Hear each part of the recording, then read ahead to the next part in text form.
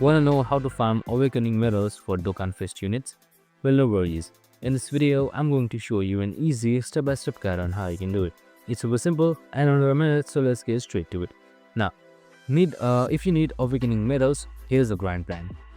First, take awakening medals events under the growth tag, like Z hard or super stages for higher tier medals.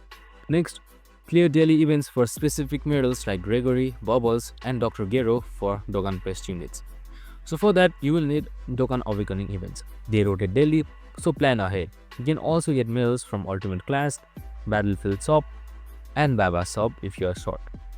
Always focus on stamina, efficient stages, and farm during double drop events to maximize gains. So with a few rounds, you will have all the medals you need to awaken your unit's full power. And that's it. I hope this video helped.